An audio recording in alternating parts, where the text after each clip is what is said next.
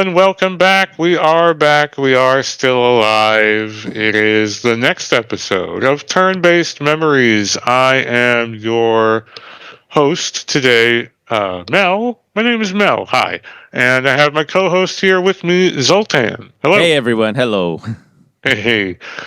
So a bit of a programming change and some housekeeping before we begin. Very quickly, this episode will be, as you obviously know, about Tactics Ogre Reborn. We were going to do Star Ocean 6. We still are going to do Star Ocean 6. Yeah. But right now, a bit of a detour to Tactics Ogre Reborn, which came out recently.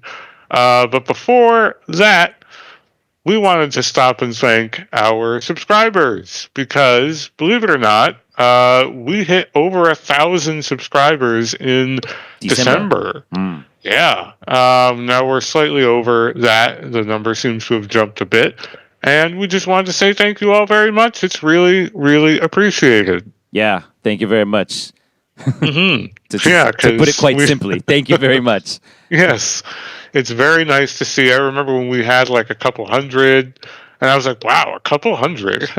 Right. And then, yeah, if you think about the journey, like we got like the first 100 very slowly over the course of 1,000,000 episodes. And then I made like a top 10, or we made something that Eric Landon RPGs liked, and he posted it on Twitter or something. And like that video got 1,000 views, and that was like an instant 25 to 30 more subscribers, which is like a lot to gain all at once for us at the time.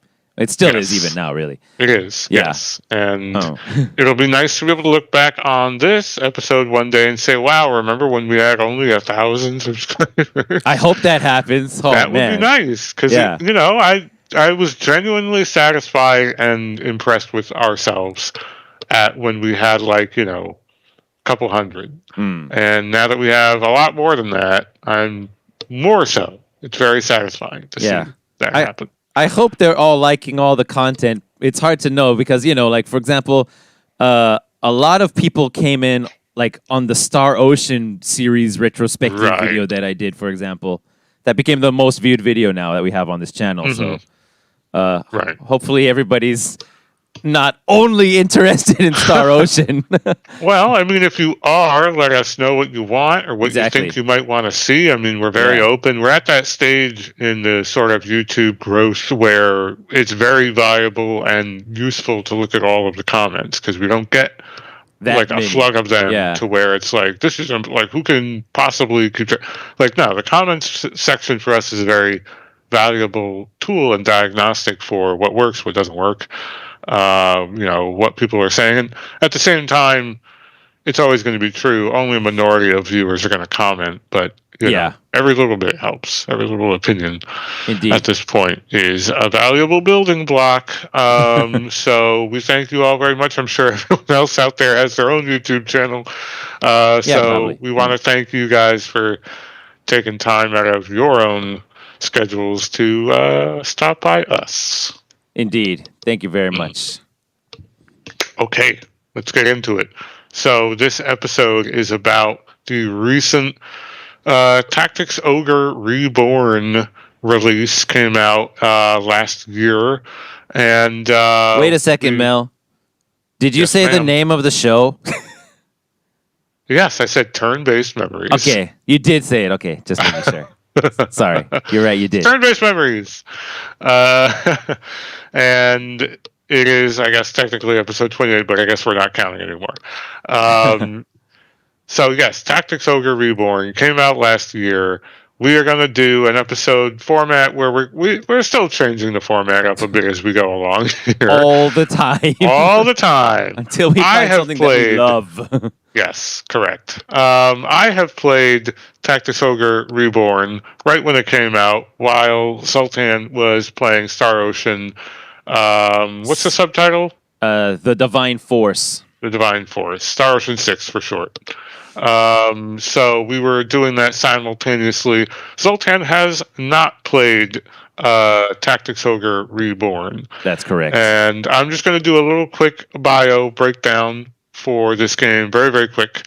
It's a remake of a Super Famicom game that came out in 1993, So obviously only in Japan at that point.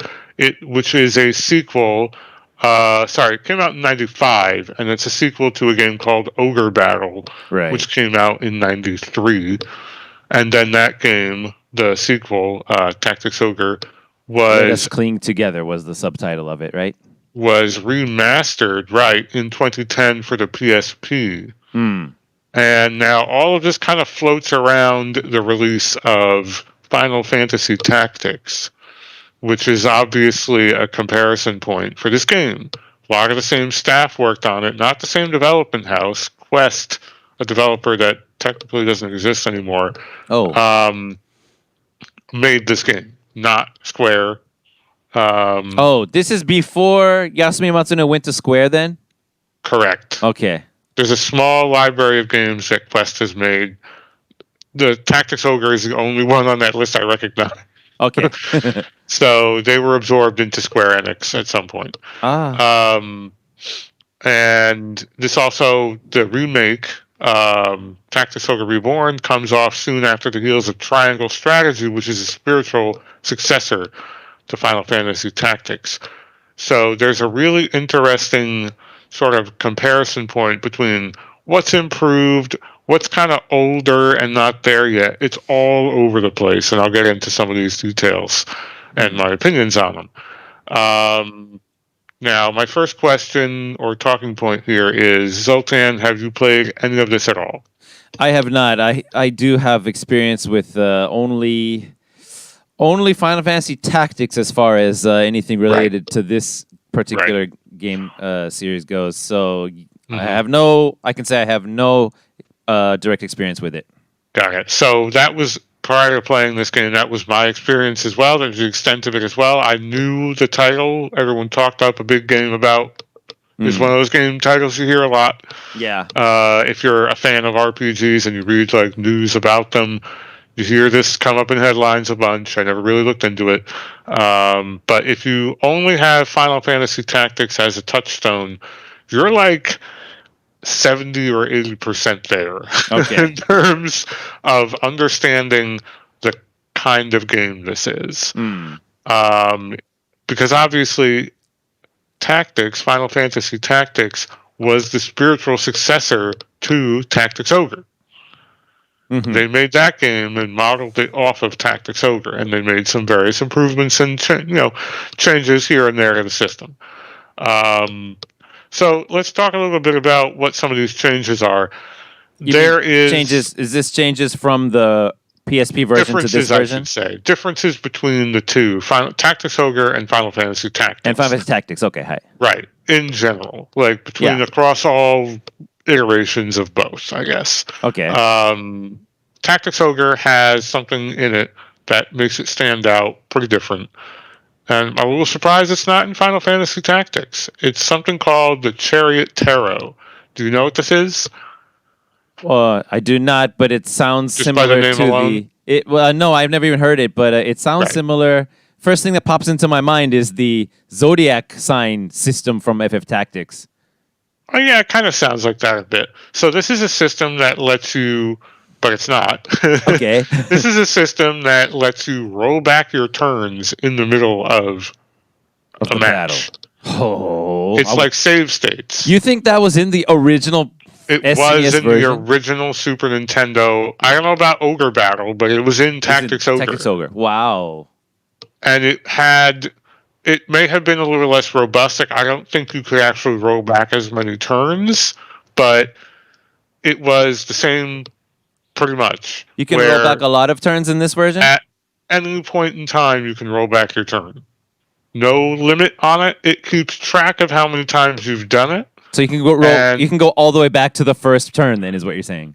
No, you can go back maybe either 25 or 50 turns or something like that. That is a heck of a lot, that could be a lot, yes. You could effectively undo the whole match. I might have that number wrong, but the even cooler part about it is you can go back to different branching paths of that. It's like even better than emulator save states, where if you go, let's say you do something and you don't like the outcome, roll it back. Maybe you need to roll it back 3 turns because it took 3 turns for that guy to die who didn't want to die, right? So you're rolling it back 3 turns. Now you do something on that second turn, and you're like, shit, let me roll it back. It creates like a branch where you can roll forward to that other time you rolled back, or forward or back to the second time. Wow. Like it spokes out into these, and you can do that. As far as I understand, there's no limit to that. Huh. Maybe there is, but not that I'm aware of. And the one improvement, this is already pretty profound of a difference, but the one improvement they made in the remake was it will replay at very fast speed all of the actions that you perform, so it's very visually easy to tell what's going on. It's a little more difficult in the original.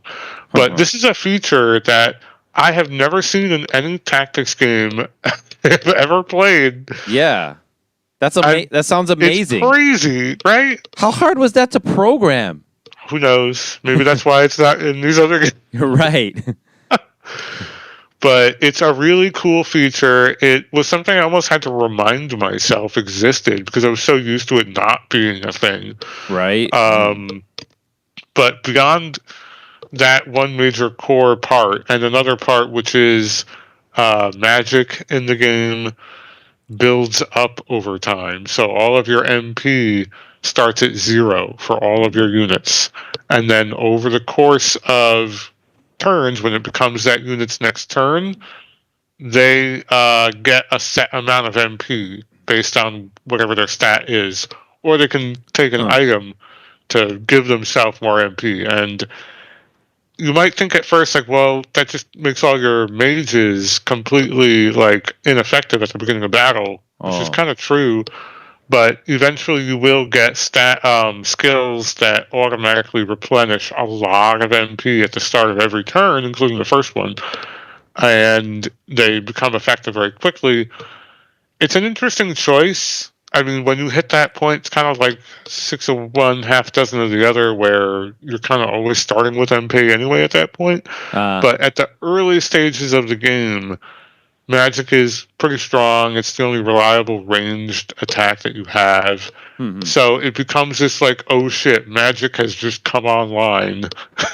Wow. Because enough turns have passed and all the mages now have MP, and they're going to start throwing magic at each other. It's a really cool idea. I can see why maybe they dropped it in Final Fantasy Tactics. Like, sort of tactically, what is it doing? I mean, it adds another layer. It does, and they kept it for this remake. This is a very faithful remake. They didn't really do anything other than quality of life changes.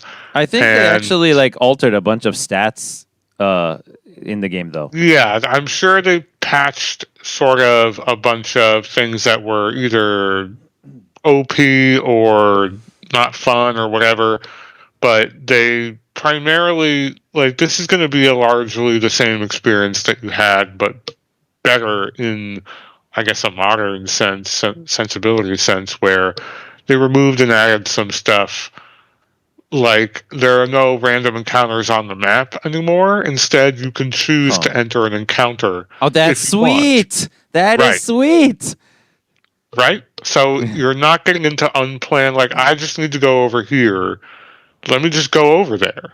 Yeah. If I want to grind for XP, I can at any point on a map tile that has battles on it. Yeah, the one day of your choosing, too. Dude, I wish that was in FF Tactics. Me too, because that was not my favorite part of that game. If that was in Final Fantasy Tactics, that would make... then everybody would do all of those little quests that you send your guys out when you go to the tavern. Oh, yes. Then people would actually do those.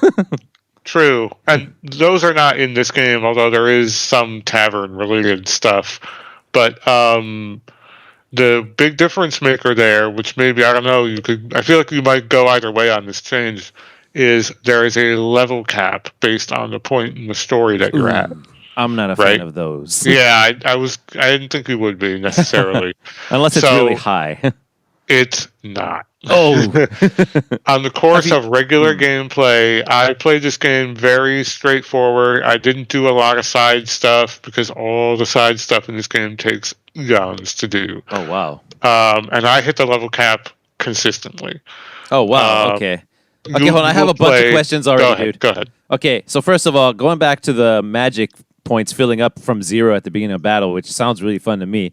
So is one of the strategies that happens in that situation is that the enemy's mages are really powerful. I need to get to them before magic comes online. Is that a thing? That is potentially, yes. Potentially. Did you ever have that particular situation?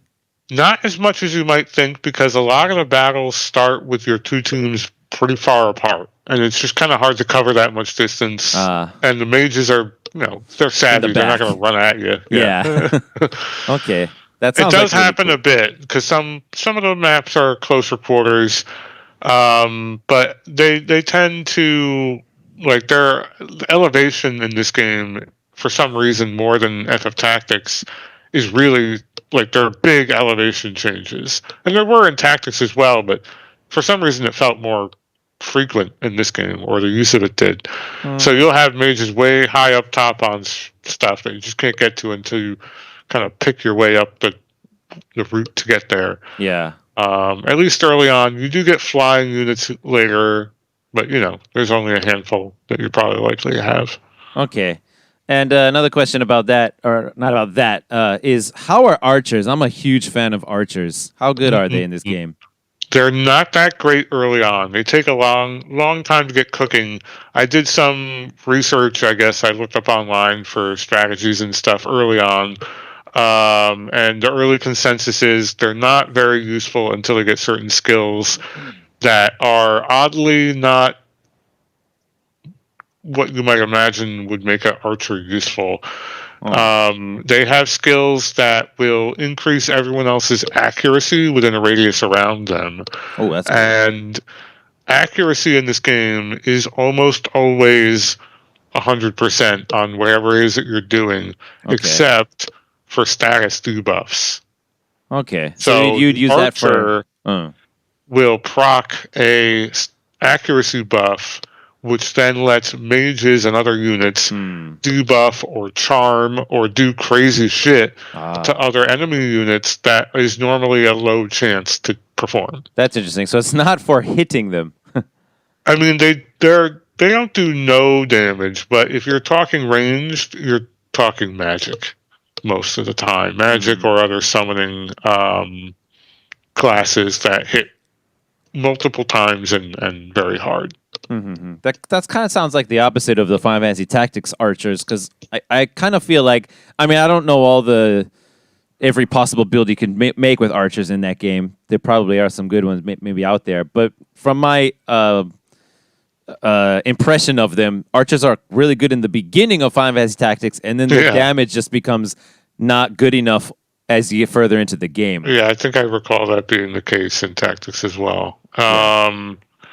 I guess while we're on the subject of beginnings, this game starts out almost worryingly easy. Like, I was concerned this game was too easy when I started it. No, I was just like, is this game just boring and easy? Like, is this gonna be the whole game? Yeah, if you could just walk in, attack, and win, it's boring, right? I was kind of thoughtlessly doing that, moving forward and attacking, and then just making sure squishy units weren't getting wailed on and winning every fight. I was like, this is...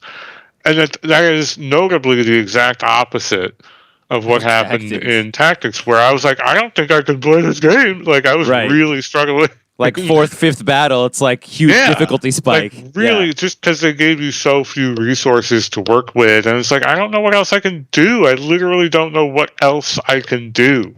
And then it's just, you have to do the right thing. I don't know. Like, it's even hard for me to describe at this point, having done it. I did. So did it continue easy like that all the way to the end? No, it definitely gets way more difficult. It takes time to build. This game is a pretty slow burn in that regard, and also in regards to the plot too, which I'll get to. But so combat wise, there are some key difference points, but you really do have the bulk of what's going on. The other big difference between Tactics and Tactics Ogre, Final Fantasy Tactics Ogre, is the class system. So in Final Fantasy Tactics, your classes all level up as classes. In this game, your characters level up. So and so hits level whatever, and you can reclass that person. Can you do it freely, like in Tactics?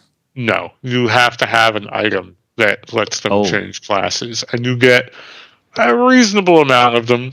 Like, they want you to play around and change, but it's not free. It's not however many times you want. Right. Some are a little rare, so they definitely want you to think about it, but you're not, like, punished too hard. Okay. You know, me being the hoarder that I am, probably didn't change classes as much as I should.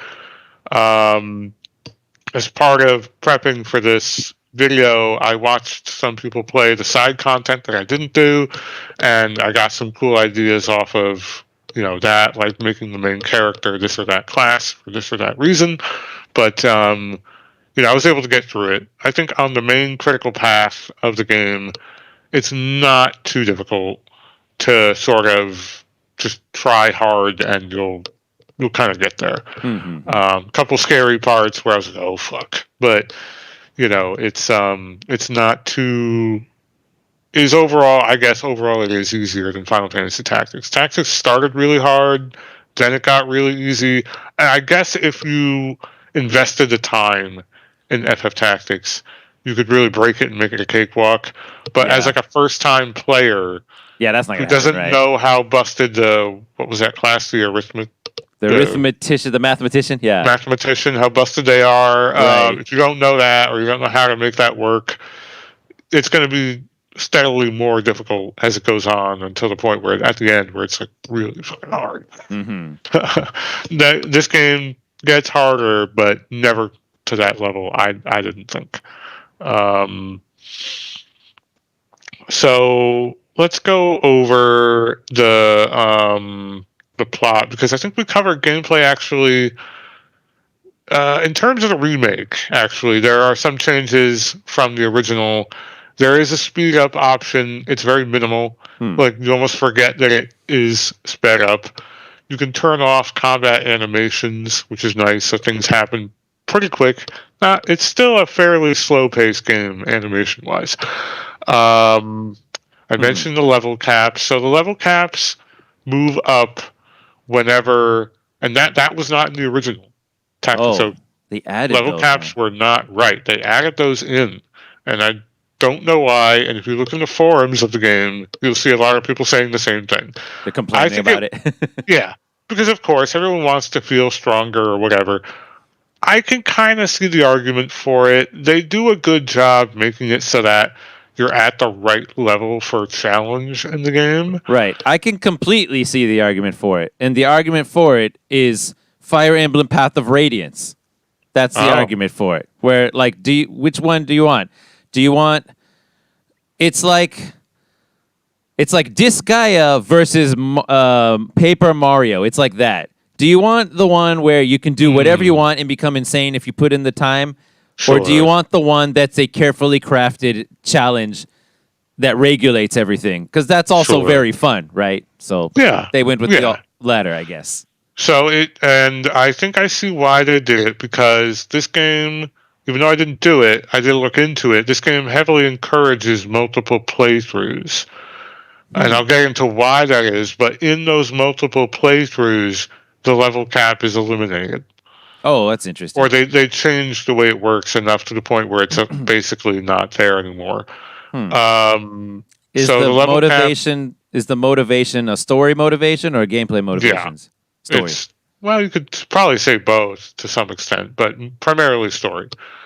So there's the level cap, which does a decent job of moving up when you hit certain plot points. It'll say your party union level has increased by 4 or 5. And what does the union level do? Just means that's the new cap you can hit. If your union level is 15, everyone can be level 15 and go higher. Okay. If you do gain a buttload of experience, I don't know how the math works, but if you gain a lot of experience from a match, it will then give you that experience in the form of a token you can use later. Okay. So if you get a unit that comes in under-leveled, you can feed them those items to level them up. Right. It's not one for one, so you're not getting all their experience. I don't know how. I never looked at it. I didn't look it up, but you do get some of it. Okay. You obviously get more XP for killing units. Probably the better incentive is for their equipment and to sell that and do stuff with it rather than just for the experience. But are you saying the enemies drop their equipment when you kill them? They have a chance. A chance, yeah. Okay. Mm-hmm. And was that in tactics?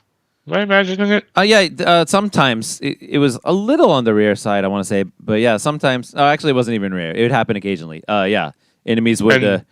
Did you have to physically go and pick up that stuff, or did you say you got whatever? No, you had to go stand on the tile, and you also had to wait till after they died 3 turns for their body to disappear before you could even get one. So now it's coming back to me. Yeah. So this game does that for your characters only. They have the 3-turn time limit. The enemies do not. Okay. They die right away, and they drop their loot on the ground. But if you never pick it up and the battle ends, you get all of it. Oh, good. How nice. But the enemy can also pick it up too. And then you lose it. Oh, it's kind of... when I hear both of them, when I remember Final Fantasy Tactics and then I hear about this one, I kind of feel like, well, wouldn't you always want to do the Tactics Ogre one? Like, I feel like that one is the superior one, at least in terms of convenience, I guess. I don't know. I guess... For the loot? Yeah. Let them die instantly, let them drop their thing, and if you can't walk over there, you can get it after the battle is over for free. But they took that out of tactics. They did. I don't know. That is interesting. They did make it so that all the units kind of behave the same way. And it just occurred to me that doesn't happen in Tactics Ogre. I had totally forgotten that the enemy units take 3 turns to die as well. But when they die in that game, they leave behind a little reward crystal, which can be pretty strong. It couldn't be. It will give you a skill or a stat buff. This game has... Yeah. But can't you also buff a stat potentially? The other one is you can heal yourself completely. Heal yourself. HP and MP completely, yeah. So in this game, they do have these stat buff cards that will show up on the map randomly like before a turn starts. A little card will pop up on an empty tile. And just truly randomly all throughout the map. And that card will, for the duration of that battle only, buff something like your physical attack, your magic, your skill chance, your critical chance, and those can be really, because you can collect multiple of those. Those happen every turn? Every turn, a card somewhere on the map will just pop up, and then the enemy or your team can go and walk on it. Collect it, and then they get that buff for the duration of the fight. For the whole duration. I feel like... It's not a tremendous, but if you were to get like 3 physical ups, it would be enough to make a difference, yeah. Interesting. Yeah. That sounds like fun. It adds a level of strategy that is kind of cool. Like if you have nothing else to do, or if you're like, I should wait until I have more of these cards or whatever, you can do that. And there's also, it doesn't come into play too much, there's also a debuff card that wipes out any of those buffs that you have. So if you have to go there to kill an enemy, for example, you're like, shit, it's going to take away my buff. It's not something you're going to run into by accident.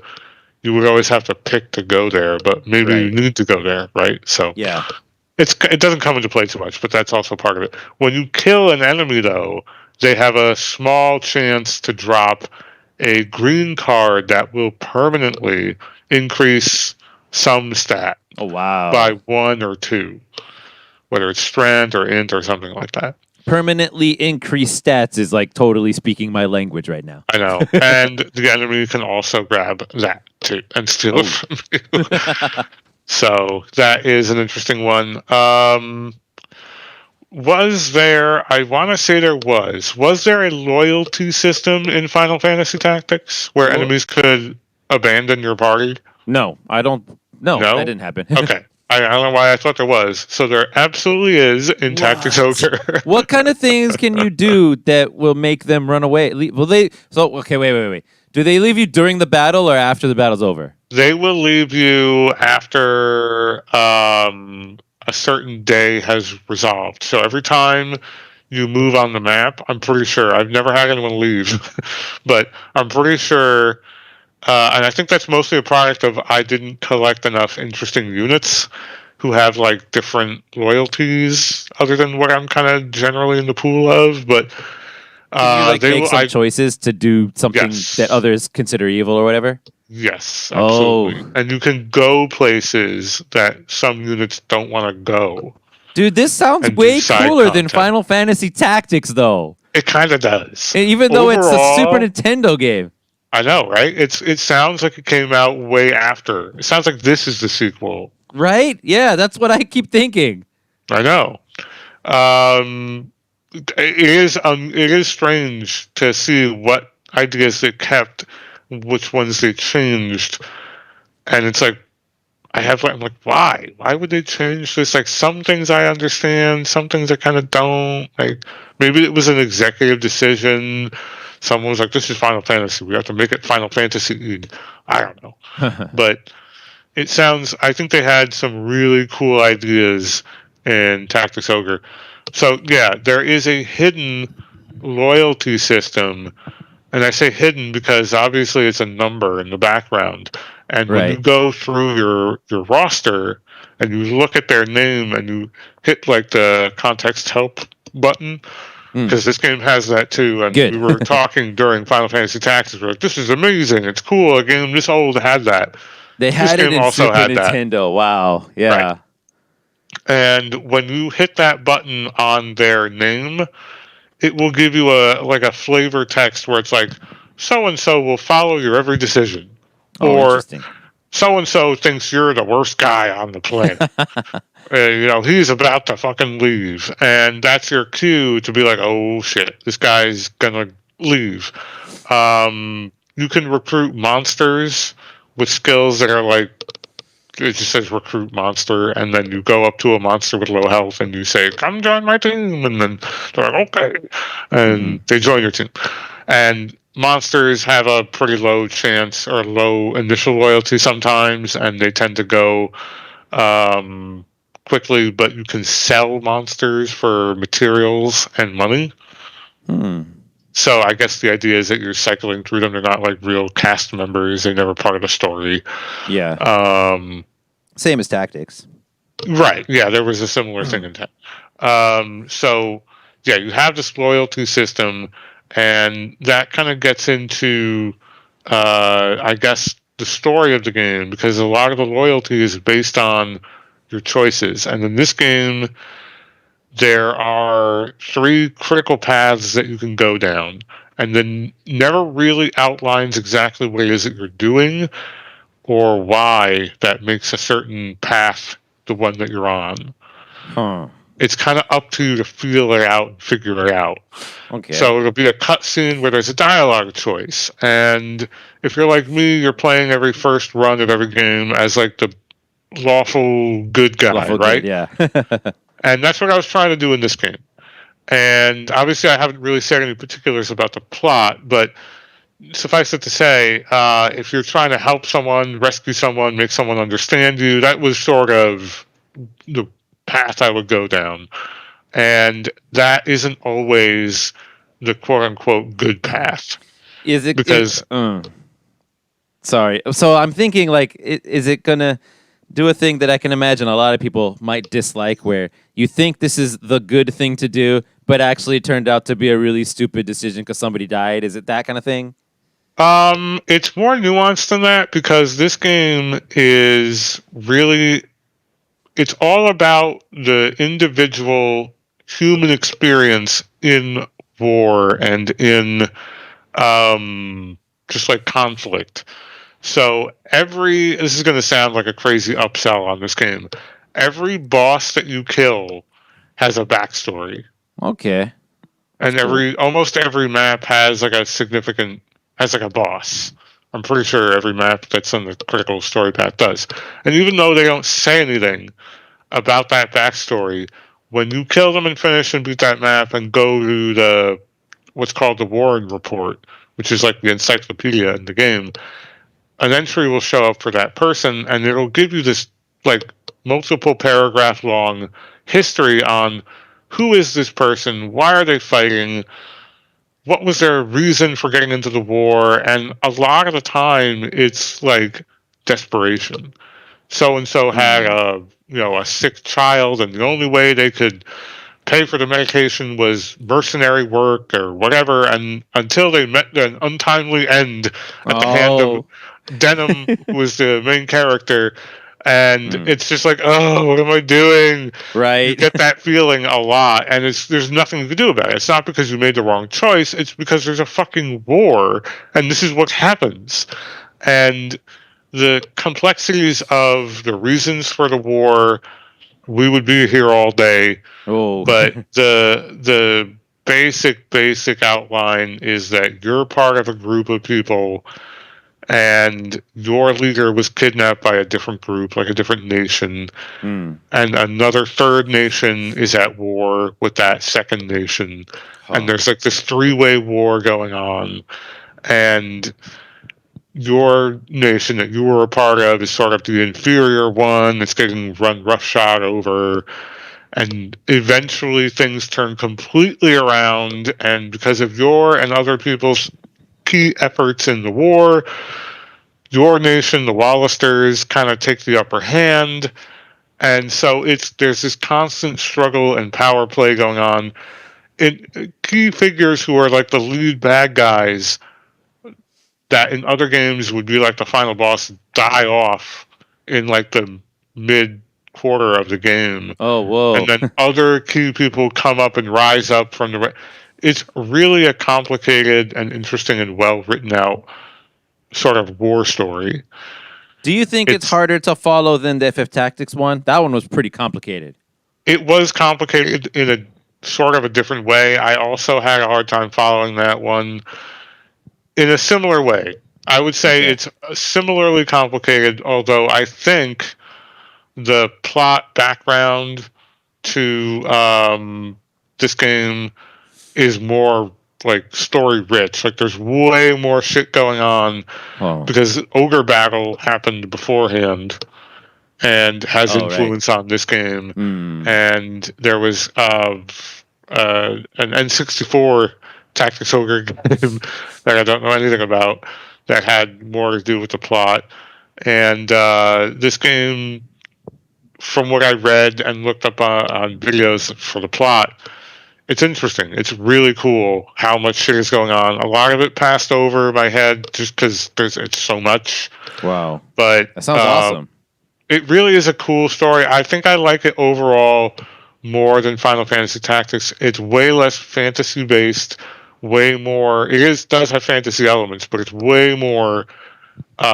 straightforward history type stuff. Straightforward warfare. These countries are at war for these economic reasons, and also these like racial reasons. Like it's all a bunch of white people, but they all hate each other for like all you people are scum. Like they hate each other because of who they are, because of where they're from. Yeah. Yes, exactly. So there's this real like guttural hatred among all the people, and this plays a big role throughout the whole campaign of, are you from here? You're all fucking liars and thieves. And that comes up over and over, and it's interesting to see. You get the feeling that this is sort of a rough analogy for the sort of control over Central Europe, where there's all these cultures, kind of none of them really like each other. They all have their own backgrounds. And Central Europe is such a completely untenable place to hold and fortify and govern from. But so many people have tried. And that seems like the rough analog for what's going on here, where it's impossible to govern all of these people under one roof. Because they're all different cultures. They have all these different and it's just also strategically impossible. It's such a big, wide open area, and there's all these, fortifications and things where power bases can grow. It's just similar to the history of like Germany in that area, and that's why there's been so many wars there. But over the course of this game, it does move in a more fantasy direction. And like I was saying, where the story points break and branch off, once you hit that story beat and you go to the Warren report to kind of look at the summary of what happened, it will show you a visual like fork in the story path. Oh. And the other forked path will be like, dot, dot, dot. You didn't go there. You went here. You went this way. Yeah. And it's like, oh, that sometimes it's not even clear that you took a path. Right. Because not every dialogue choice is a path. So it's really interesting. And to get actually back to your question from earlier, is it that thing where you tried to be the good guy but someone died anyway? No, because part of what the story, and I guess the messaging behind the story is, it's not always possible to be the good guy. Oh. You can play Denim as the main character, Denim Pavel, as a good guy who is trying to unite everyone and be this very righteous, it's not moral, it's not that we gotta do the right thing type of guy. But sometimes, because of the circumstances going on, that's not an option you have, and trying to go down that route is cruelty in some sense. Wow. Because you're ignoring some other group or need that you're deciding. Like, at some point, you are making a decision against another group. It's just not possible to be, like, completely equanimous and even-handed. Right. But you can try.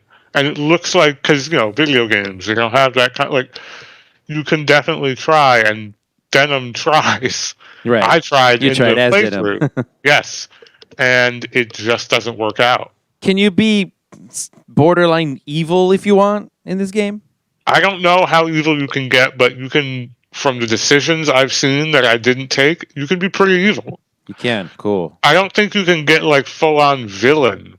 Okay. But you can be more like completely ruthless. It doesn't matter. Like, literally, there's a scene where someone says, my lord, the armies are raping and pillaging this town that we took over.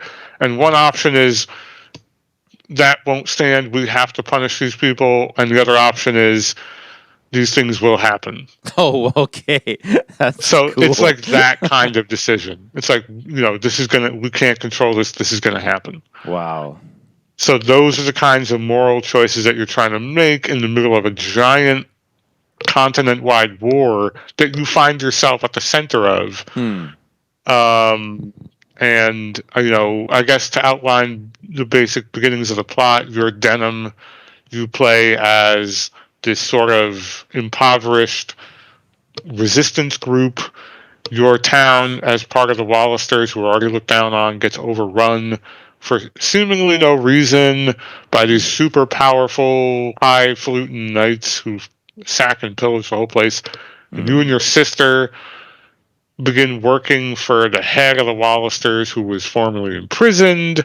You do missions for him, on and on and on and on. You just kind of worm your way deeper and deeper into the center of this warfare. That guy you were working for gets killed. The guy that he was fighting gets killed. You're more and more in the middle of this conflict until you're literally making decisions on the whole war. Wow. And you and your sister, and there's way more. There's spoilers all left, right, and center here, but you and your sister are very central figures to the plot of the story. Of course, it's an RPG, what do you want? But by the ending of it, I almost want to give away the ending I got, because it's probably the most jaw-dropping ending. I don't mind personally. So spoiler warning very here. Briefly, if we want to do a spoiler warning for the next minute. Right, just skip ahead, hit 30 on your forward twice or something. But at the end of it, on the ending that I got, you get crowned king because your sister is dead because I didn't do the right thing to save her. And you're like, all right, here we are. This is a post-credit scene. Here we are. We're going to save the world. Everything like that. Peace will reign. It looks like it's about to fade off. And then someone from your original resistance group comes up and shoots you with a gun. Oh, whoa. The end. You're sitting on the throne. You just were crowned. And then you die. That's it. Okay, let's stop the spoilers right there. That was less than a minute, so good job. Yeah. So that's kind of that's the ending I got. So, and that was trying to go through the nice guy route. Yeah. Yeah. Yeah. So the game, like, tries to tell you, hey. Yeah. But, so, yeah, obviously there's more routes. I didn't go down any of the other routes. I saw someone so to get back to the point I was making about the multiple playthroughs, once you finish the game, it lets you roll back to any of those decision points. Oh, wow. Specifically. Yeah. And then you can choose to make the alternate choice, see what those cutscenes are, run down that path. I'm sure it forks again from there. I don't know. So when you go back to those decisions, do you go back to the power level you were then or now? No. You go back now, but if you are fighting a battle you haven't fought before, the old level cap kicks in. Oh, that's interesting. Yeah, so they force you down. You're probably going to be more strong because you have better skills, you have better weapons that are just giving you more combat options. You probably have a better team composition, you know what you're doing more, so it's going to be easier no matter what. But you're not going to just like look at them across the field and blow them up. Okay. If you have played the fight before, you can turn off the level cap and just, yeah, if you want. So can you name your units in this game, by the way? No. Okay. All the units come in pre-named, even like the randos and the story ones. I'm pretty sure no. Yeah, you cannot. Yeah. Okay. And there are a good number of story ones. Obviously, it's permadeath. If they die, if they go down, 3 turns pass, they're dead, gone forever. Mm-hmm. If they're down, and this was in Final Fantasy Tactics, but it wasn't in the original Tactics Ogre. If they're down and you don't res them at the end of the match, they still come back. It's not permanent then? They didn't go down in Tactics. In Tactics, if the timer didn't tick all the way down and the battle ended, they're still safe. Yeah. In the original Tactics Ogre, not this Reborn remake, that you had to res them. Oh, wow. Yeah. So if they were down, you had to get them back up, or they were gone. They were like bleeding out, I guess is the idea. I don't know. But they changed that. They got rid of that. Let's see, what else do I have here? So I sent you a music track earlier before the show. You listened to it briefly. It was the music in this game is incredible. The soundtrack that I linked on YouTube is 4 hours long. Yeah, that's really long for a Super Nintendo game. Well, I think they added some for this remake. Probably did, yeah.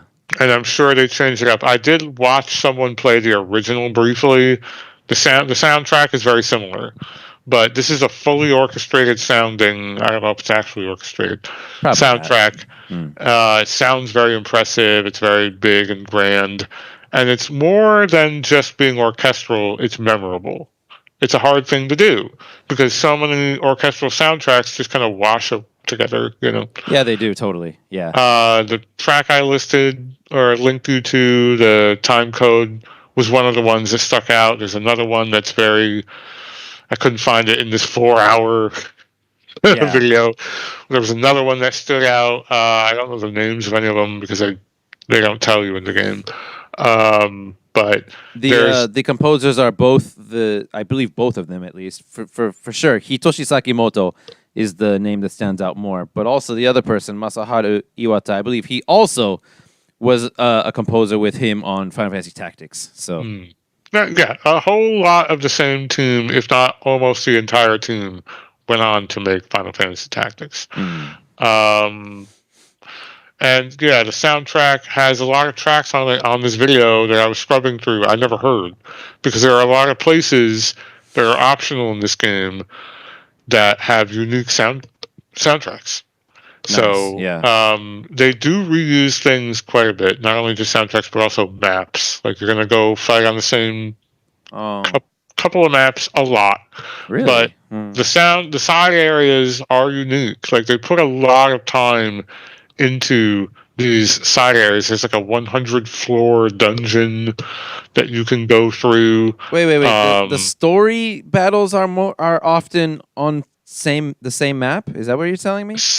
In the middle of the game, yeah. That's toward weird. the end they get more unique because you're starting to visit more unique places. But you'll fight in the same you're like 5 defending castle your area or areas.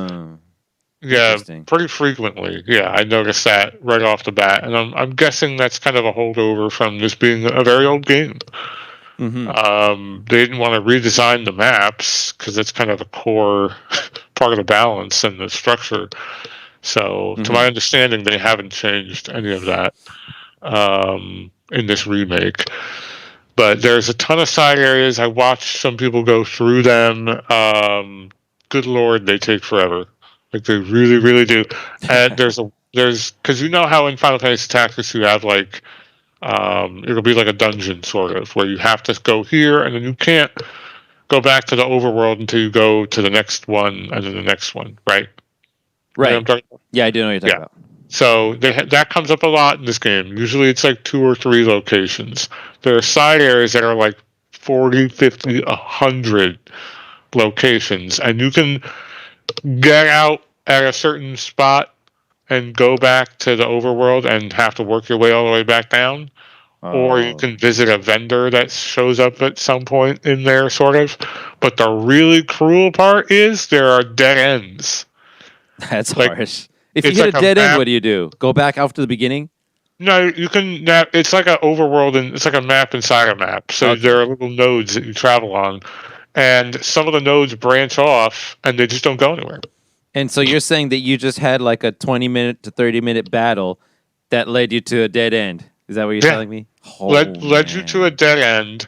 There's a level cap, so you really didn't gain much. Maybe you got some items. Yeah. You just kind of wore your resources down, is all you ended up really doing. Oh, man. And so, not only that, there are secret exits inside the maps where there's, like, in the actual, like, battlefield in this side area dungeon called the Palace of the Dead. It's a very famous one. Anyone who's played this game is probably aware of it. There are certain areas you have to step on for a door to open. And then when you clear the map, you'll go down the secret door, which is the actual correct way to go. Interesting. And it's a secret, huh? And it's a secret. It's not super obvious where it is or even when. Like, hey, there's a secret here. Like, nope. Just kind of have to know. And it's pretty cruel in that sense. Like, I would not have had time to go through that. And that's the crazy big extra long dungeon. There's other ones that are maybe half that long that are still pretty fucking grueling. I mean, 50 sounds like a lot of battles for a game like this. 50 or even 25. The battles take time. These enemies have a lot of health, and just like the way this game works is not fast. Slower than Tactics even? Because also Tactics have half-hour long battles. I would say it's on par. It's very similar. Yeah. Damn. Yeah, it's very grueling. It's very exhausting, this game.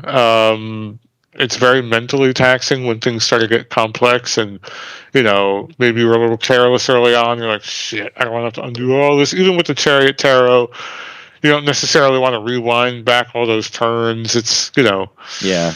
What's the difference at that point? You might as well just restart So it becomes very grueling and very taxing, these side areas. But they offer a lot of really cool plot on characters that are very easily missable to recruit. There are a lot of weird little things you have to do to get certain side characters to join your team. There's so much that's missable. Characters that are in the plot who can die unless you do certain things, Yeah. And it can be very difficult. Your first playthrough as like a vanilla experience, it's probably going to end up being the worst ending. Like, I think it's designed to do that, in fact, for the reasons I said during the spoilers. You're going to get funneled down this sort of path. It seems like a trap that way, which is, I think, fine, because that incentivizes you to go and do more, right? Right. It's not possible to get like really best stuff off the bat unless you use a guide, which I'm sure a lot of people today would do. But that's not how it played out for me. Mm-hmm. Let's see, what else do I have here? So the voice acting. This is another thing. This game has fully voice acted. Oh. And it has some of the most talented voice acting I have ever heard in any game. Ever. Wow. Really, truly. They must have spent a lot on these guys. They are doing, like, sometimes I'll do that. I'll have that thing where I'll read the dialogue box and then someone will say it. And I'm like, I kind of like the intonation I had in my head. Right. I think this wasn't the right inflection, or this was, what I always preferred what they were saying.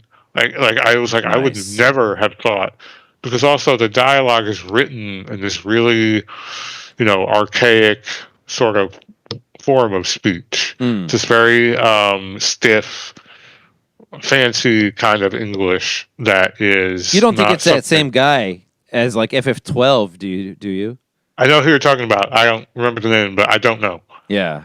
It's very impressive. Like the scripting and the voice acting. The script, from what I understand, is the same. There were some translation, like proper nouns were retranslated, I guess, to be more accurate to the intention.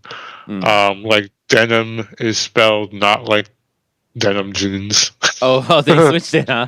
They switched it to not be spelled that way because that's how it ended up being spelled in the original. Yeah. And a couple other, I think his name in the original was Denim Powell, and they changed it to Denim Pavel. Okay. And some other changes like that I guess were stylistic. That I think I looked at all those changes. I was like, I think I prefer the changes. Yeah, I think that makes more sense. It sounds better. It probably makes more sense. Mm-hmm. But yeah, my God, the voice acting. A lot of these are all British voice actors, so they all have these really impressive accents. Right. Yeah. It's very, very good. And yeah, in keeping with the games of this avenue, like the Final Fantasy Tactics and the Final Fantasy 12's sort of Ydalus realm, even though this isn't set in Ydalus, it's got that DNA, and it sounds like it. It really does. It sounds like a freaking awesome game that I would love. Do you think I would love it? Oh, yeah. I think if you have the time to go through it at some point, maybe someday down the road, we'll do a, hey, guess what? Zoltan played Tactics Ogre and who wants to talk about it? Yeah, maybe. Maybe we'll do one of those.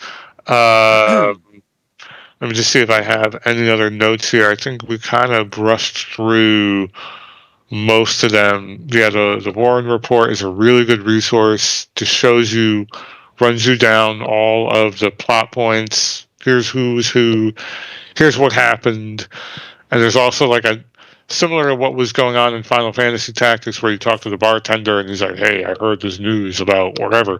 Yeah. The Warren Report will have these entries that are kind of like news clippings, and it'll be like, there was an invasion on whatever, blah blah blah. And then when you read that, a node on the map will show up where you go there, and something is there to do. So they reward you for taking a look at this. Nice. There's also a global allegiance alignment that you can have, which is hidden on your first playthrough. On your second playthrough, they show it to you. I forget what it's called. It's like chaos points or something like that. Oh. And this has to do with what faction or whatever you're gaining favor with. And there's all these weird, subtle things that you can do or not do in the game that affect this. So, for instance, there's a point where you go to a location, and then it shows you it's one of those maps inside a map where you can go to this front of the castle or the back of the castle. Nice. And there are two different combat maps. Nice. Yeah, they're two different combat. So, but that's not it. You're going there to talk to the people who are in that castle.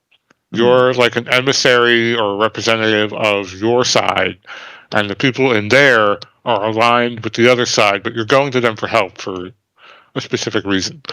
If you go in through the back, they're like, hey, isn't that Denim and his army? There's like 6 of them, or 12, or the max is 12. He's got a dozen guys and they're all armed. What the fuck? Like, he's not coming here to talk. And they fight you. Oh, man. But if you go to the front and you don't bring any weapons, they'll talk to you. That's awesome. And you'll have a cutscene and you won't have to fight anyone. Yeah, that's sweet. And that does something different to the alignment that you're never really explicitly told about in your first playthrough. But these kinds of decisions are like, what the fuck? Like, who thinks of this? Yeah. It's pretty cool. And the overall, if you ever, if you think maybe you're not going to play the game, and anyone in general out there, if you're interested, I think it's just cool to listen to a plot summary of this game and the sort of what the events that led up to it. It's pretty cool. Pretty cool stuff. I feel like that this game should have a whole bunch of detectives, kind of like how Dark Souls has, where like they go in. They should have a bunch of videos like that. Bunch of lore detectives. Right, where they tell you. Go ahead. There's a channel. The channel is on YouTube the channel is called The Warren Report. Oh, there you go. Right. It is a channel that has done a bunch of other content, but in there, I think one of the more viewed videos is a multi-hours long breakdown of all the events that led up to and include the events of this game. That's awesome. I think it includes all of the possible scenarios. I got through maybe a half hour of this video, and that was all the preamble, like the shit that happened before the events of the game started. And it helped clear up a lot of stuff I wasn't sure about. It's a pretty good channel. The person who does it, it's actually one of those AI generated voices, but it's actually a good one. I see. Like, it sounds like a real person talking. It's not whoever's running the channel talking. They wrote the script and then plugged it into this thing. Machine voice. It actually sounds okay. Like, I usually find those things very annoying. But the Warren Report, look it up on YouTube. It's a good place to start if you're interested in the lore for this game. Awesome. It's a super important question that nobody ever asks. Is there a faction of ogres in this game? Okay, so the ogre in Tactics Ogre is never explained until the very end of this game. Okay, let's not spoil that one. If you've never played it, right. It's not really a spoiler. It just doesn't come up until the very end. Okay. The ogres were an ancient race of evil beings that humanity defeated eons ago. Okay, so there were ogres. There were ogres. The plot of the ogre battle, the first game, is the plot of humans defeating the ogres. Oh, okay. In the ogre battle. The Tactics Ogre is, obviously it's a follow-on from that plot, and it's been so long since that happened, people aren't even sure that was real. Oh, wow. It's like a legend now, huh? Yeah, so ogres in the myth of this game are basically demons from hell. Like, just full on. They're not like, Tolkien ogres. They're demons. They're ultra hell god things. Like, they're the worst, they're the most powerful things that, Right. So, it is interesting. I was wondering that too. I was like, where's the ogre coming to this? Because there's none of them. There's golems, there's dragons, there's all kinds of dragons. There's all other every which away kind of fantasy, griffins, everything. But no ogres. I was like, where's the ogres? Is this an ogre game? Okay, interesting. Yeah. I think that kind of wraps up my whole rundown of the experience. Really walked away from it a lot more impressed than I thought. Like, I thought this was going to be a more rudimentary game. Yeah. Than Final Fantasy Tactics. It turned out it was a lot more advanced, like, maybe. More advanced in a way.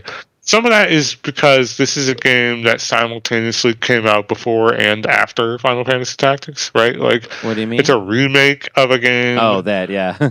That's true. That is also a remaster, but it came out before. So there's some weird crossover here and there.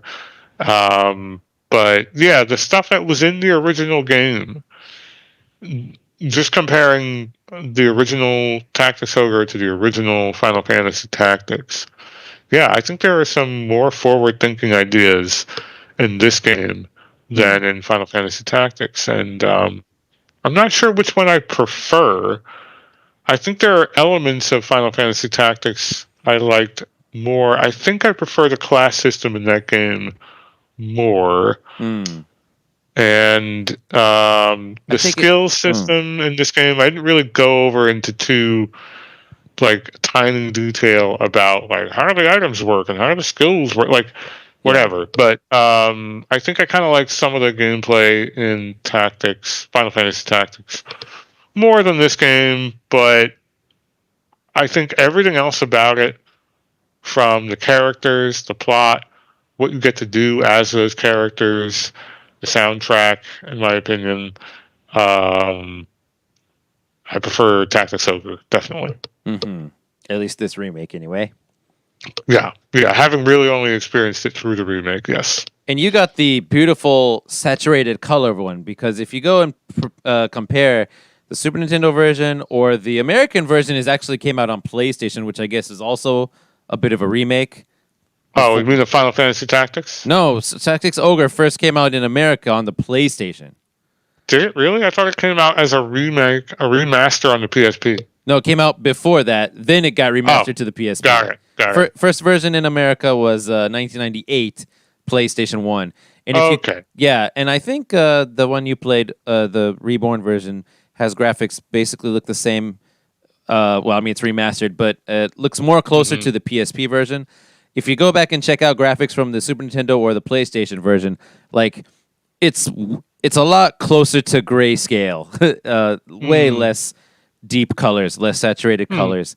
And so I watched a brief comparison video. The big differences that struck me were the UI is a lot less intuitive. It's kind of uglier, and they modernized it quite a bit in the remake here.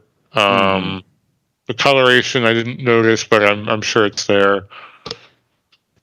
Would you have preferred it? Do you think you would like it better if it was the more gritty, less saturated color? I don't think I would. I'm just going based off of that description, though. I think this is a very vibrant looking game. I don't think there's anything wrong with it being vibrant, if we were to phrase it that way. Should this game have a grittier look than it does? I don't think so. I think it looks pretty stark and dreary as is. If it were more so, I think that would be overkill. It's a pretty heavy game. It's really full of just contemplative scenes of people being like, what do I do? It's over and over. It's pretty dark, this game gets a lot of the time. Sounds awesome to me. It was to the point where there's one funny scene in the whole fucking game that I watched a YouTuber play, because it was a recruit for a special character, and in order to do that recruitment, the main character Denim and this other character have this weird little back and forth argument, and I'm like, this is the only time I've heard this character be funny or have any kind of dialogue that isn't dire. Wow. Yeah. Cool. I enjoyed it a heck of a lot. I would like to play it someday. Yeah, I would encourage everyone out there to play it. I guess that's going to do it for this episode, right? I think so, yeah. Okay. So that's going to leave me to thank everyone. Thanking Zoltan, first of all. You're welcome. And thanking our viewers for getting us over the 1,000 person subscriber mark. Thank you all again. Thank you very much. I hope you guys continue to watch. Yes, and continue to watch indeed for Star Ocean 6 coming up as our next episode. We were actually already ready to do that. So that will be coming up probably pretty soon, right? Right. Right. So stay tuned for that. If you like this, if you like that, if you like anything else we do, tell someone. Post about it wherever you want, because we don't do that. We got to 1,000 people just largely, by making stuff. Yes, largely on the power of posting, hitting the upload button on YouTube is our way of outreach. So we thank you all for, whatever, to whatever extent you are spreading the word. We thank you very much. All right, that does it. Yep. Good night, everyone. Good night.